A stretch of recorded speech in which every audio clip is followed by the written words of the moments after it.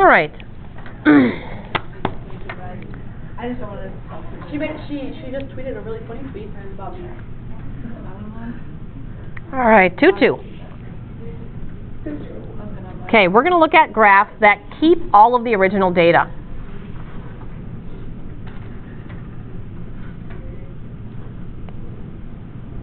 Are these long? Yep.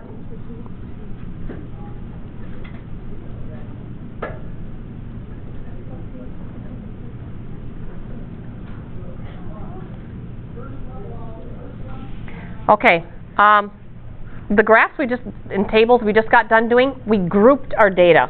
We knew how many were in that group, but we didn't know actually what they were anymore once we made the table. Today's graphs keep all of the original data. And the first graph we're going to make is a stem and leaf graph.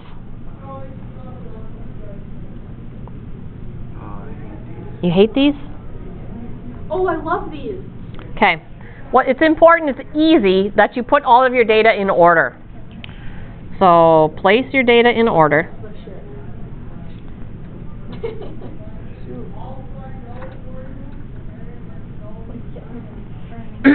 And then what we do is you take the numbers and you break them apart into what's called a stem and a leaf, where your stem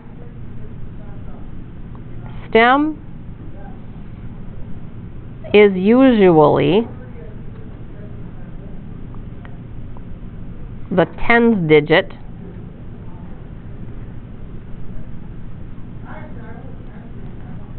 and then your leaf is all of your ones digit, and you write them all out. Leaf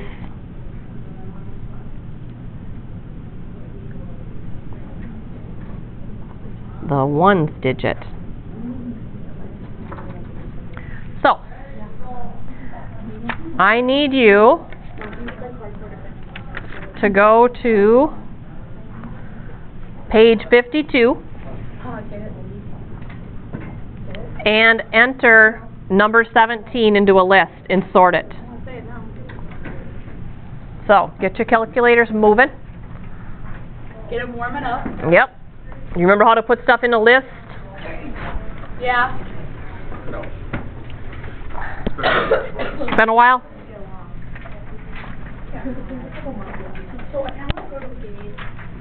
Kenley, start typing. What? Kenley. That.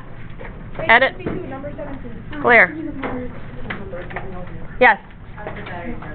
Oh. It'll make it through the hour. We'll do it at the end of the hour. So we'll do it at the end of the hour. I want to get through this first.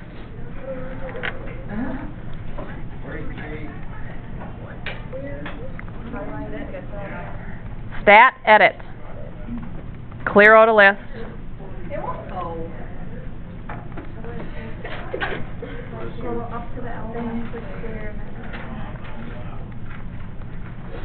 Page 52.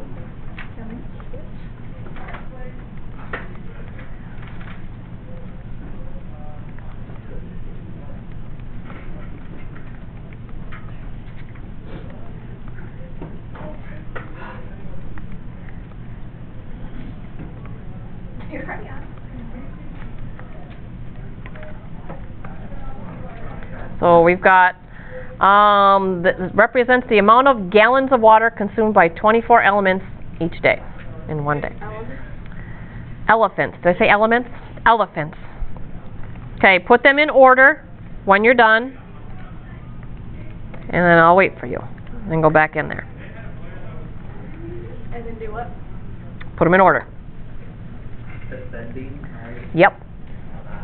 Almost always ascending. It's always ascending or? Almost always ascending. Okay, so we're There we go. Yep.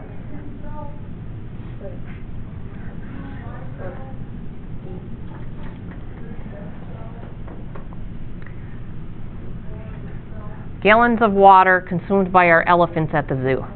I did it. I remembered it all. Okay, so if you look, our smallest amount of water that they drank in a day was 33 gallons. What was the most they drank? Did you say 33? 33, yep. Wait, what is it? Oh, I got a 32. Oh, 32, sorry I lied. 32 is the smallest. 69, so we're going from 30s all the way through the 60s. So like I said, we write each stem number as the tens digit. So here's our stem. So we got 30s, 40s, 50s, and 60s. So you write that tens digit once. And now what you do, Wait, well, is it gonna go to the left at all or not? not on this one, nope. Typically they go to the right unless you do a back-to-back, but we're not doing a back-to-back. So the smallest amount was 32 gallons. So what I do is I write a 2 here. So because it's in the row in front of the 3, that represents 32 gallons. Then the next is the 33. So there's no commas, there's no decimals, there's nothing. Oh, I thought there was the comma. Wait, I'm confused. So now that I see these 2 stems, this is representing 32 and 33. Do we repeat the 3? Repeat the 3. All original data is, you can get back on this, on these graphs we're doing today. Where do we get 3, 4, 5, 6 from? The 30s, 40s, 50s, and 60s, because all of our numbers are in that range. So that's the tens digit of each of the numbers. Okay. You only write the tens digit once, and then you write out each of the ones digit. So every time I write a number here, it's representing 30. a 3 in front of it. 32, 33, 33. What's the next one? A 34, a 35, and a 39.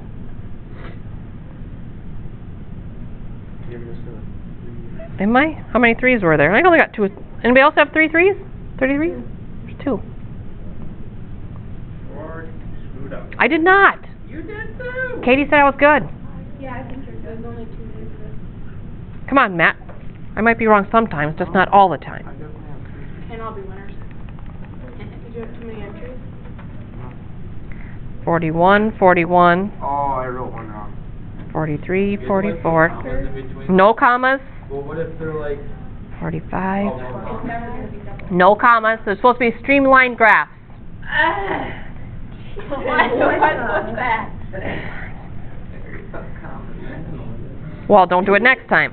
Literally what it sounded like.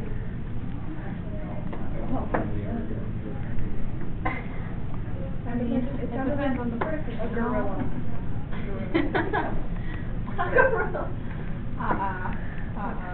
That's correct. What, Kate? Wait, what was that? I don't know. I'm done. Okay. So again, once you make a graph, the graph kind of tells you a whole lot about what's going on once it's organized. What can you see here? There's more 40. Yeah, there's a lot more times they're in this 40-gallon range here, the 40 to 48. And really, if you turned it sideways, it's almost like a histogram. You could put a box above each one of those to kind of see. Yep. Okay, so not every graph works for all data. If the amount of gallons were just in 30s and 40s, you probably wouldn't do this because you just have 2 big long lines of numbers. It doesn't really show you much. So it all depends on what kind of data you have, what kind of graph you want to make. So sometimes, if your data is bunched together, you can do what's called a double stem and leaf. So it's still a stem and leaf, it's just a special one. Double stem and leaf. Oh yeah, there's usually a key off to the side too. 3 bar 2 equals 32 gallons. I do not understand that. Like I took my very first data entry, 3 bar 2. So when I see the 3 with a bar and then a stem, that's representing 32 gallons of water. Oh, okay. So that's a little key for the graph. Oh, I thought you were something. Okay, double stem and leaf. Each stem is written twice.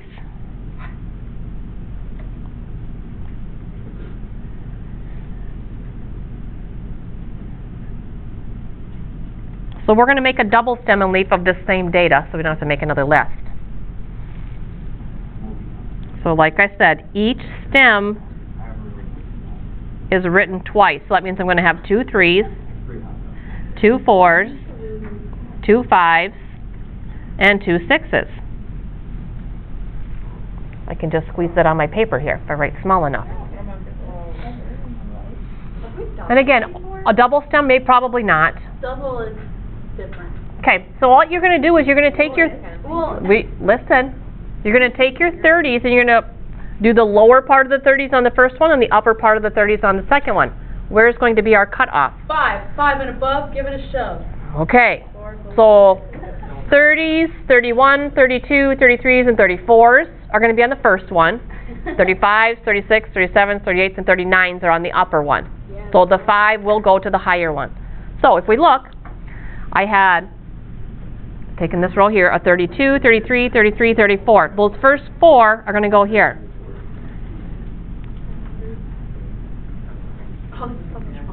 On the second stem of 3, I've only got a 5 and a 9. And now we do the 40s. So you go all the way out through the 4. So 40, 41, 41, 43, 44. And then 5, 5, 6, 6, 7, and 8. 1, 3, 3. Do you think I would have needed the second 5 if I don't have any values? Yes, you want that there as a placeholder because you want to see how spread out the data is. So you don't want to put a gap in there. You want to be consistent all the way through. So you do leave that in there, even if there's nothing with it. The 60s. You want to see that separation in the upper 50s. There's not much above the lower 50s. Not very often. Maybe some really hot days or something. Maybe some salty peanuts they're feeding them. I don't know. All right, ready for your next graph? Sure. Okay. Again, graphs that keep all of the original data.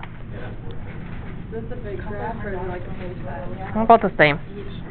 Next one is a dot plot.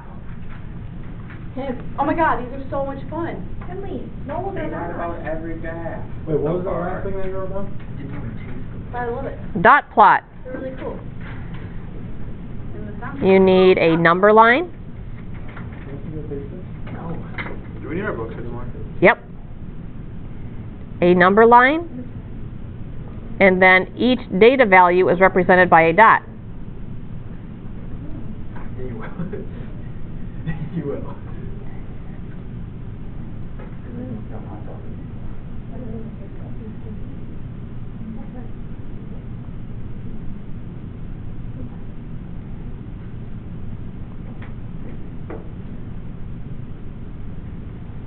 Okay, this one it's not all that important that you put them in order. You can do this one without typing them in order. So the one we are going to do for dot plot is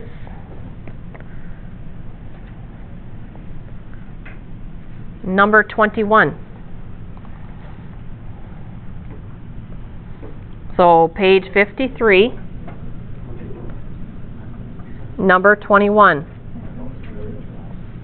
Okay, we are using a dot plot to display the data that represents the lifespan in days of 40 different houseflies. Okay, that's exciting. Okay, Ew. what's the smallest number you see in there? Because we're going to make our number line. I see a I see a 5. 4. You see a 4? 4. What's the biggest number? biggest number 8. 8. 14. 13. 14. So we need a number line that goes from 8 to 14. And we're going to be putting dots above the number line. So leave some room, a 4 to 14. Depends on how big you make your dots. So a number line, 4, 5, 6, 7, 8, 9, 10, 11, 12, 13, 14. And now, like I said, each data value is represented by a dot. So, if I go across the first row, I've got 2 9s. So I'm going to stack 2 dots. Oh, shoot. Wait, how many? I have no idea. I told you to leave room. We're putting dots above the number line. Just make them close if you didn't leave much room. When you said we grew. Oh. Next, we've got 2 4s. So you should be looking in the book at this point and not really listening to me anymore. Do you know what's going on? So you could take the time to type them in a calculator, but I don't think it's going to save you much time in the end. Axel, put it away. Get going. I'm going to start writing them in so you can get done fastest here. I will. Like, why do you have to do that? Why do you have to make it a competition? Oh, I don't know. Everything's a competition. Yeah. The athletes get. Sure, Ken, sure. I said sure, Ken, the rest of it.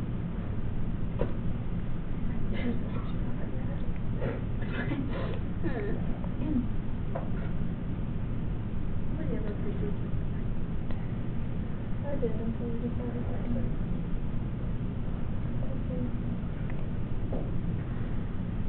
What is it? Speaking of classes,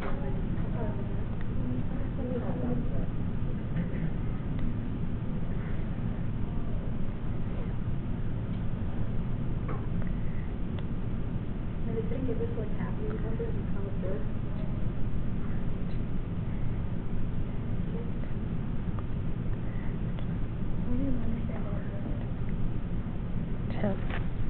It's a beautiful looking graph. It kind of looks sloppy. I don't like it. And you don't need to make that graph then. No, like I'm talking about like the graphs in general. I kind of like it. Yeah. Of course. Kate really doesn't like it. Tell me it's not all about you. Are there 5 or 6? 6. Is there 6 on 10? There's 6 on 10. Why is Quigley so loud? Keep them awake? I don't know.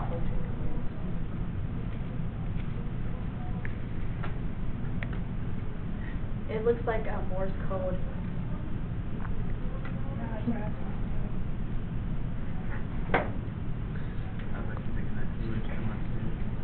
All right, ready for the next one? Yeah. Doing another one of these? Well, not of those. Another graph. There's like 8 graphs today. Oh, maybe not 8. There's a lot. They're easy, but there's just a lot of them. The next graph is called a Pareto chart. Is this going to be about the same length? A little bit bigger than the last one. Please tell me we don't have examples. Flip your page. A Pareto chart I get why we would have. is a vertical bar graph. These actually aren't that hard. No, this is very easy stuff. Yes. Okay, one thing we have not graphed yet has been nominal data. Remember, nominal data are your words.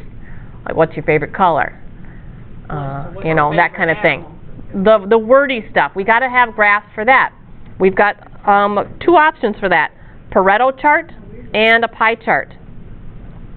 So what we can do, Like you would have done it. I think we'll just use the same data twice. Okay, Pareto chart first. This is a vertical bar graph where you usually put the bars in decreasing heights. So vertical bar graph, bars in decreasing height. Okay, the one we are going to do, I'm actually going to give you the table. Because it's not in there, it's here. The Better Business Bureau receives complaints from dissatisfied customers. So they've organized this data about where the most complaints are at, the category that they're in. Sounds like an awful job. I know, isn't it? So, auto sales. The frequency, they received 14,668 complaints in the auto sales department. That sounds awful. I think they need to do something different. We've got home furnishing stores. We're talking about furniture.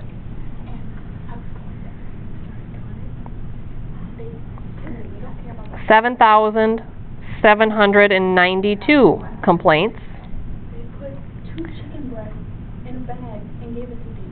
Computer sales, Like a single chicken breast. 5,733. A lot of writing. Auto repair, What does that say? Home number. 9,728. And the dry cleaners.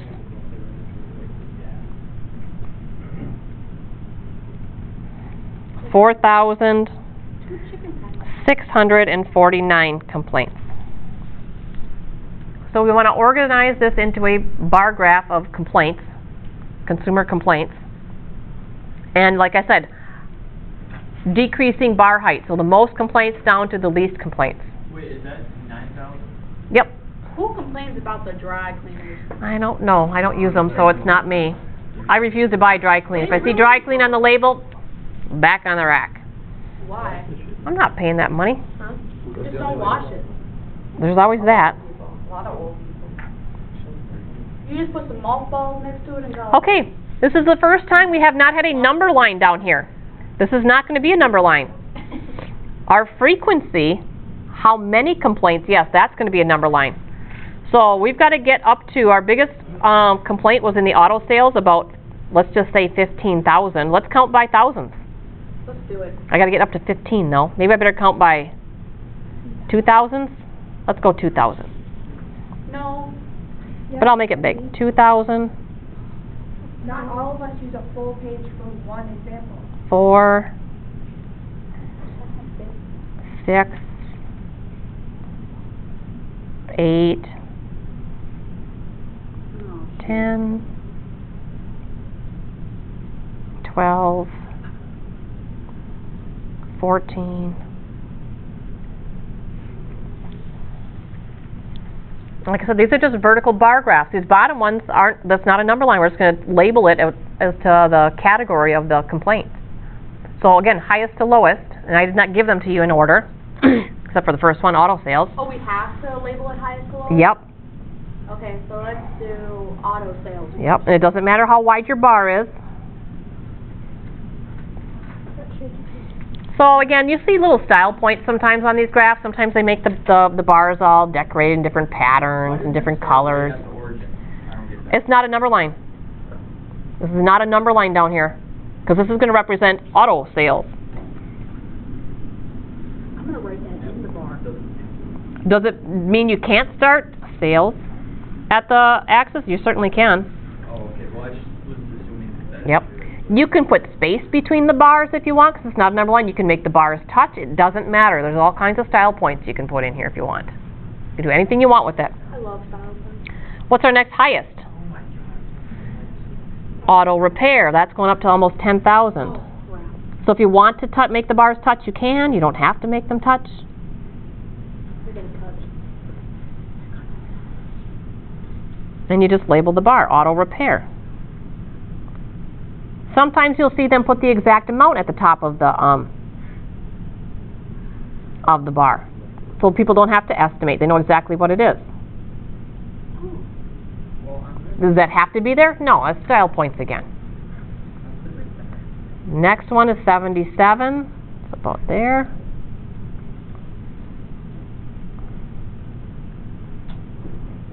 And this is home furnishings. Sometimes they write the words right in the bar.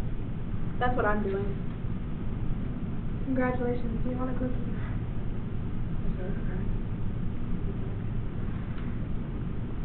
Tell me those rhetorical questions. Then 57. Whatever you want to do. It's actually kind of fun. Why are we not again? No, you don't even know. She's being stupid. No, she wasn't. And then your dry cleaners. She's trying to interact.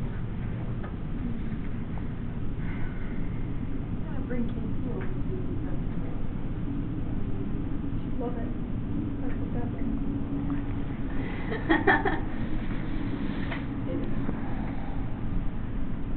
It's not about me.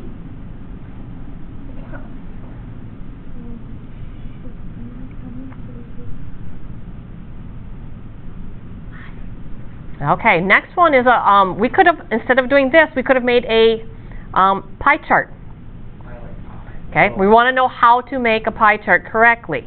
This is the one that has the most math in it, and it's got steps to follow. So as far as difficulty, I'd say the pie chart's your most difficult one in today's I thought people lesson. just wing it and kind of. No, there's no winging it. There's a formula, because the The word processors haven't built in, but the programmer just built, it's an easy process. How much room do we have like total left? About, I don't know, I have no idea, I'm not done. I don't know, I can't even guess. Pie chart. Your goal on a pie chart to get all the points on the quiz or test that we have, you have to tell me the central angle measure for that each piece of pie. How many degrees should that piece of pie have at the center? So find the central angle measure. All right, let's use that same Is there table. a symbol for central angle? Okay, so it's a little table we're going to make. We're going to use that same data we just had. Auto sales, home furnishings, computer, auto repair, and dry cleaners. Our frequency, 14,668.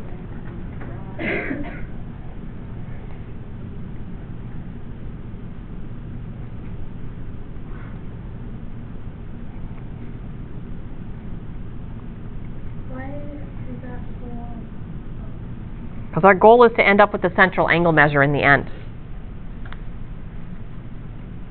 It's a two-step process after this to get from the frequency to how many degrees should each piece of pie be.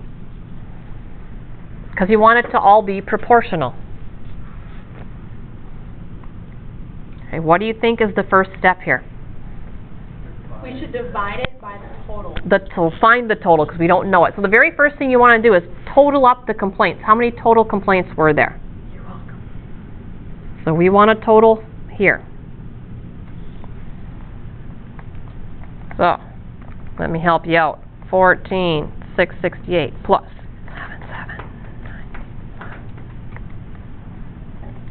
I'm just gonna wait for you to do your shorts. 28 plus 4,649. If I typed it in correctly, I got 42,570 complaints. So, what did you say to do after this? Now you take each one and divide it. Right, and that will get you the percent. What percent of the total complaints were in auto sales? What percent were in auto repair? What percent were in dry cleaners? So you do that by taking 668 and dividing by the total.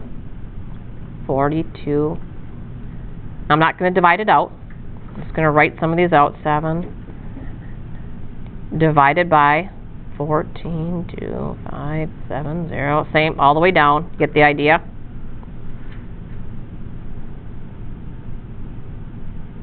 And all the way down, okay? So what would you do after that? So now let's see what percent is auto sales. If I take 14,668 divided by 42, a little over 34% of the complaints are in that auto sales department.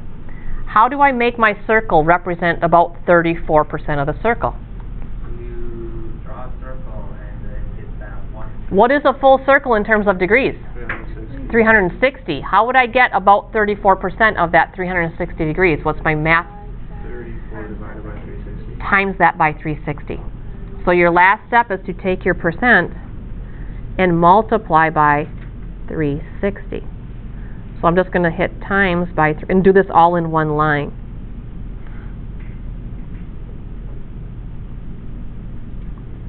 So I'm not even going to divide round. I'm just going to hit times by 360.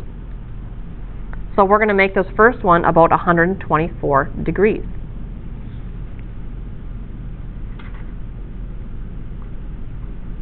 Kenley's got the second one. I'll do the next one.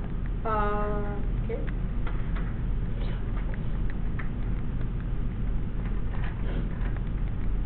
So I did computer, and I got about 48 degrees.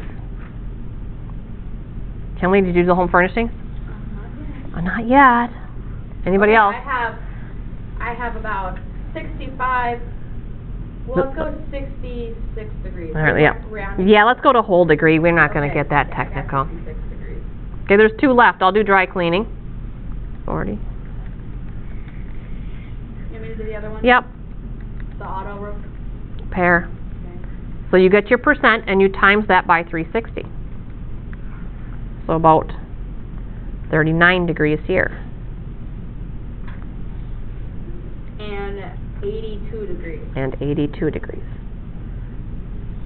This is what I grade on the test. Do I care that you take out a protractor and actually make this piece of pie, or pie chart? No.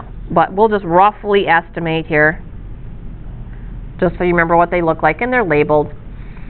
So about 124 degrees, it doesn't matter where you start. See, if that's 90, 124, I'm going to go here. That would be auto sales.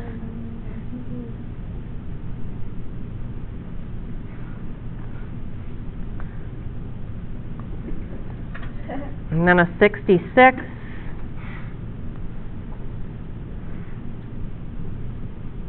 That would be home. 48's about a 45. Computer.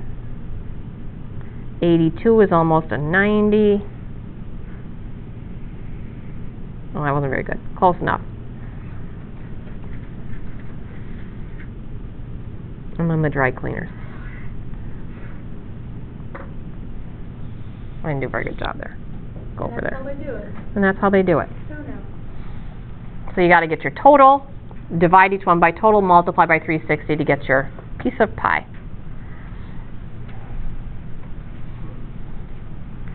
All right, next one. Hold on. There's 2 left, but I'm not going to do the last one. So there's only this one? Yeah, I'm going to describe it, but I'm not going to do it. A time series chart.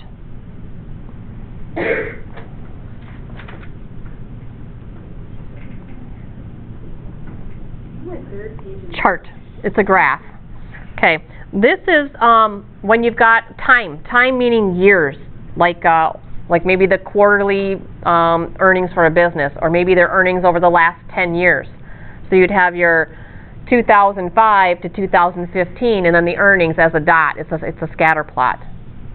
So it is a scatter plot. Maybe I won't even bother with this one. A scatter plot with... This announcement's from Mr. Barron. All BraveBot team members, you need to report to the gym at this time for a team photo. Again, from Mr. Barron. BraveBot team members, you need to report to the gym right now so they can get a photo opportunity of you. Thank you very much.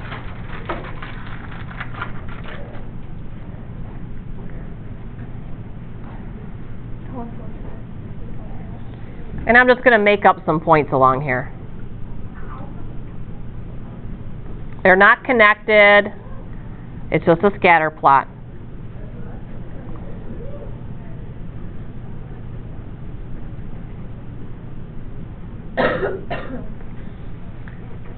Huh? Are you taping? Yeah. Okay, I can take care of that.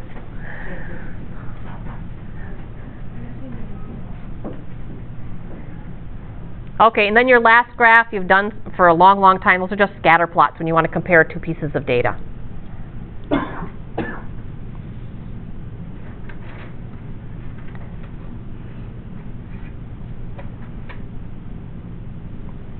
And you know how to make scatter plots, so I'm not going to bother with that. Okay, your assignment then is written somewhere. Right here. Page 51. 3.